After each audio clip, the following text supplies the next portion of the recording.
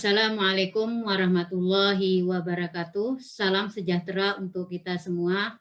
Selamat datang mahasiswa, mahasiswi Universitas Terbuka yang saya cintai dan yang saya banggakan. Pada sesi pertama ini saya akan menjelaskan mengenai konsep dasar administrasi biaya. Sebelum kita memahami keseluruhan isi materi ini, maka perlu kita ketahui dan memahami administrasi biaya itu apa. Jadi administrasi biaya itu merupakan bagian dari akuntansi biaya, di mana akuntansi biaya itu juga bagian dari kedua tipe akuntansi. Jadi dua tipe akuntansi itu termasuk akuntansi manajemen dan akuntansi keuangan. Nah, kedua tipe tersebut itu masing-masing memiliki persamaan, yaitu menyediakan informasi yang dibutuhkan oleh pengguna informasi biaya. Siapa pengguna informasi biaya? Yaitu pihak internal dan pihak eksternal. Ya, seperti apa sih informasi yang dibutuhkan oleh kedua pihak tersebut? Yaitu informasi berupa laporan keuangan, baik itu laporan keuangan neraca, kemudian laporan laba rugi, laporan perubahan modal, laporan arus kas, dan catatan atas laporan keuangan. Nah, semua laporan keuangan tersebut itu yang dinamakan dengan informasi dibutuhkan oleh pengguna informasi biaya, yaitu pihak internal dan pihak eksternal. Nah, yang termasuk dalam pihak internal di sini adalah yang ada di dalam perusahaan, yaitu manajer, kemudian karyawan, dan pemangku kepentingan yang ada dalam perusahaan itu sendiri.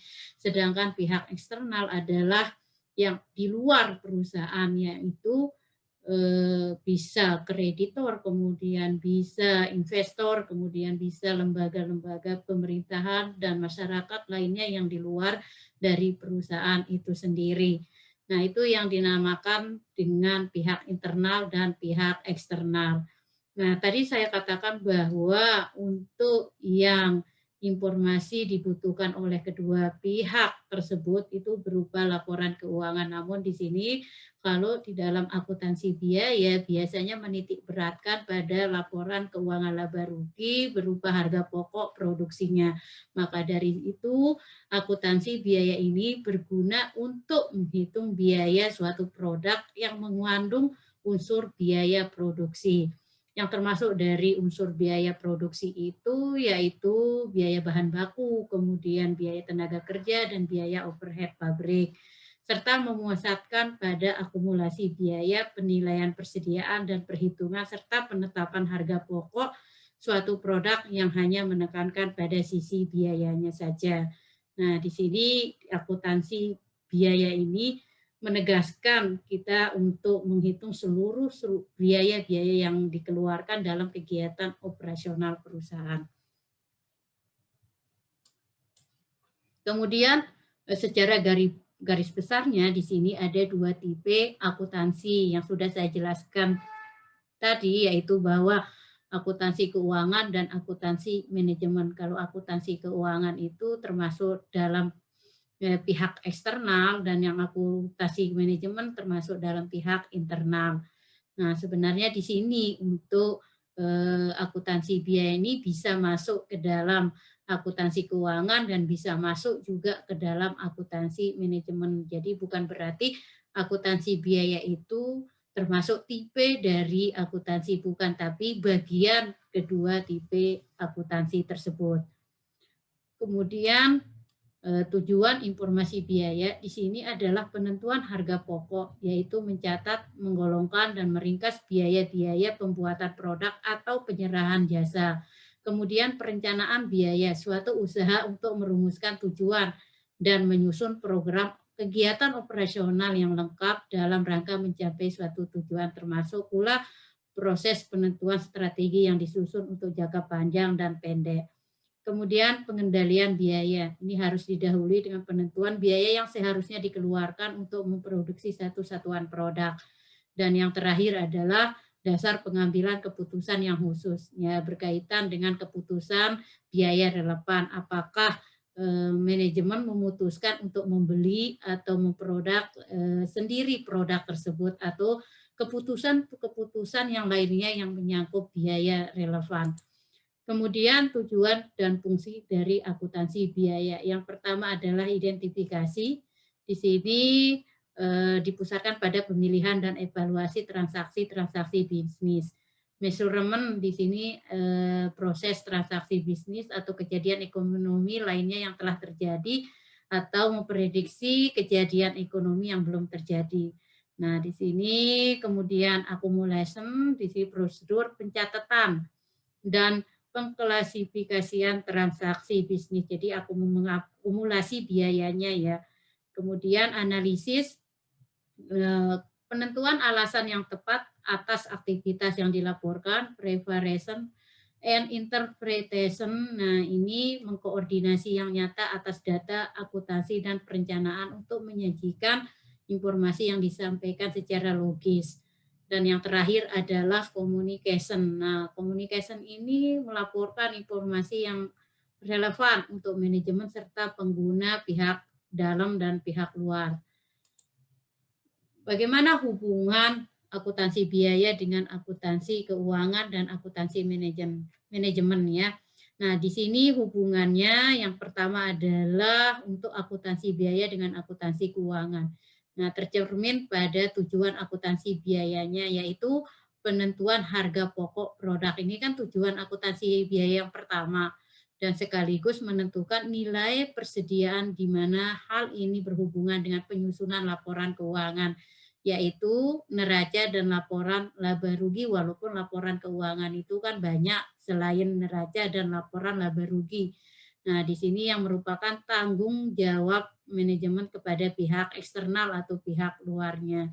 Maka dari itu atau oleh karena itu antara penyusunan laporan keuangan berupa neraca dan laporan laba rugi itu harus sejalan dengan penentuan harga pokok produknya. Kemudian akuntansi biaya dengan akuntansi manajemen hubungannya bagaimana? Yaitu akuntansi biaya ini dapat membantu manajemen untuk menentukan biaya yang seharusnya terjadi.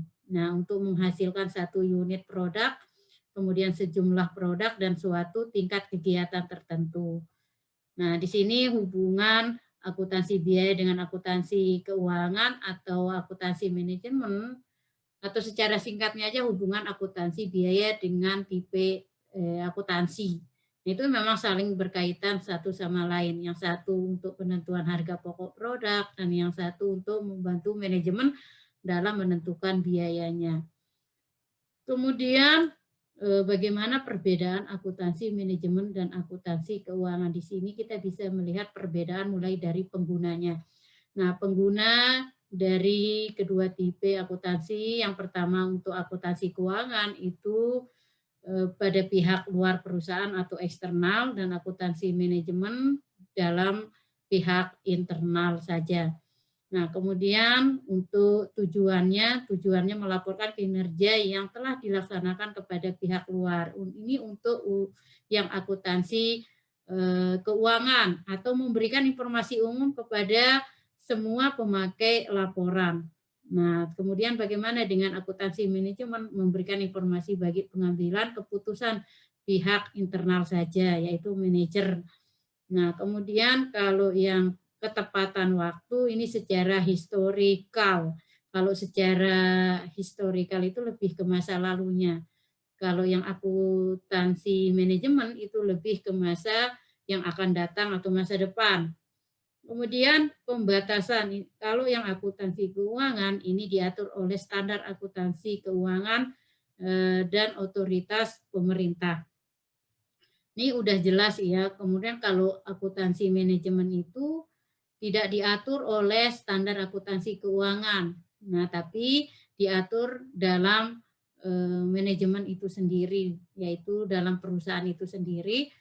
Kemudian jenis informasinya, kalau jenis informasinya di sini, kalau yang akuntansi keuangan itu hanya menyangkut ya, mengkaitkan masalah keuangan.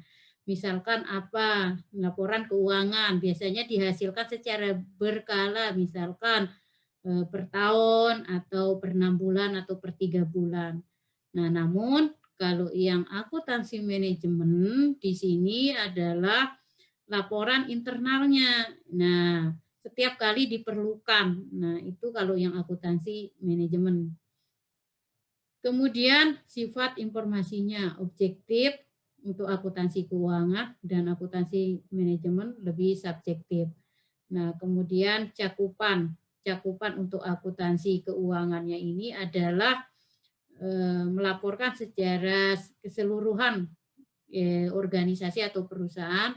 Kemudian untuk yang akuntansi manajemen bisa membantu dalam pengambilan keputusan organisasi atau perusahaan. Nah, itu perbedaannya ya dalam akuntansi manajemen dan akuntansi keuangan.